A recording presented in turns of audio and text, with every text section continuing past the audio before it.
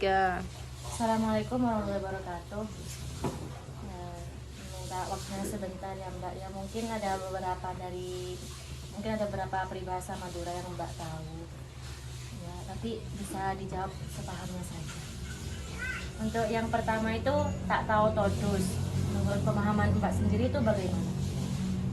Tak tahu todus, pakai bahasa Madura aja jelaskannya. Tak tahu todus itu orang selok tahu todus lo ambil todus badan yang dimapai, badan yang luar, badan yang dalam melakukan sesuatu yang bisa mempermalukan dirinya sendiri, baik dalam hal kesopanan, dalam hal intinya merusak, melakukan sesuatu yang bisa merusak dirinya sendiri, baik di dalam ataupun di lingkungan masyarakatnya, di kampusnya atau di mana-mana. Jadi kejelekannya itu dilihat oleh orang lain karena dia sendiri yang menunjukkan kepada orang lain dengan dia tidak tahu. Todus. Terus kaitannya dengan karakter dan tradisi itu bagaimana orang Madura? Di Madura ini mayoritas sangat menjunjung tinggi masalah akhlak kalau di Madura ya. Dan orang-orang yang seperti ini memang bahasa Maduranya etampek gitu. Jadi orang seperti itu tuh jadi perbincangan masyarakat. Lo tau todus. Jadi jelek gitu, jelek sekali orang seperti itu. Karena di Madura ini mayoritas orangnya menjaga akhlak. Yang kedua itu apoya bukna buncet. Itu peribahasa ini setahu saya, sepemahaman saya itu adalah orang yang jangan ikut campur urusan orang lain. Karena apa? Karena selain tidak ada hubungannya dengan kita, dengan permasalahan kita, itu juga dapat merugikan kita karena akan menambah masalah kepada kita. Contoh logikanya seperti ini, ketika ada seorang bermasalah dengan orang lain, kita ikut, awalnya kita tidak bermasalah, akhirnya terseret juga masalahnya, itu maksudnya ya. Jadi peribahasa yang menjelaskan tentang larangan untuk tidak ikut campur urusan orang lain. Kaitannya dengan tradisi dan Dengan tradisi orang Madura, orang Madura ini, kalau ini bukan tradisi orang Madura saja ya, ini tradisi dunia ya.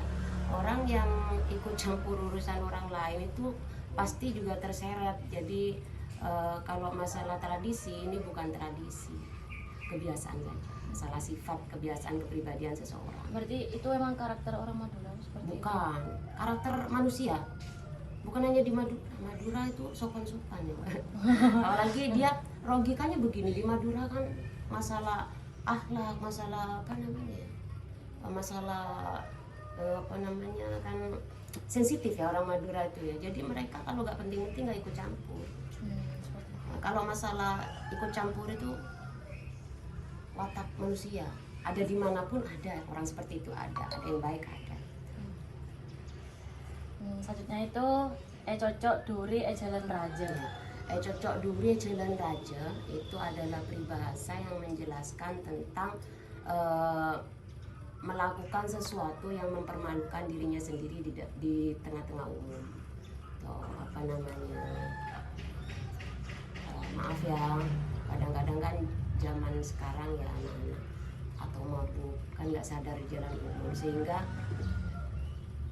terlihat sendiri, diperlihatkan sendiri gitu, di jalan umum, di tengah-tengah umum gitu. Jadi mempermalukan dirinya sendiri di tengah-tengah umum, itu sepemahaman saya. Jika dikaitkan dengan tradisi dan karakter, Tradisi orang Madura, kembali lagi kalau masalah tradisi nggak ada, ini bukan masalah tradisi. Jadi semua orang pun banyak yang melakukan seperti itu dalam keadaan sadar ataupun tidak sadar. Kayak bertengkar dengan orang lain di muka umum itu namanya memperlihatkan aibnya kepada orang banyak gitu. Ya, jadi kalau masalah tradisi, kembali ke tradisi Madura, bukan tradisi, cuman mungkin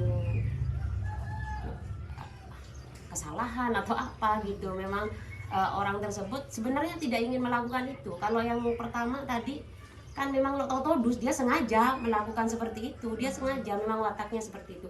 Kalau yang ini cocok duri di tengah jalan ini dia nggak sengaja melakukan itu, tapi terjadi baik dalam keadaan disengaja atau tidak disengaja, sadar atau tidak sadar, dan akhirnya dia mempermalukan dirinya di tengah umum. Itu bedanya sama yang di atas. Kalau di atas tuh memang watak yang sudah disengaja, memang orangnya seperti itu. Itu sepemahaman saya. Untuk selanjutnya itu lompat dunia kala dek kesogian lompat dek Gusti Allah. Peribahasa itu menjelaskan tentang manusia, sifat manusia yang ketika dia tidak punya apa-apa dia ingat sama Allah, dan ketika dia sudah menjadi siapa atau mempunyai apa-apa dia lupa kepada Allah.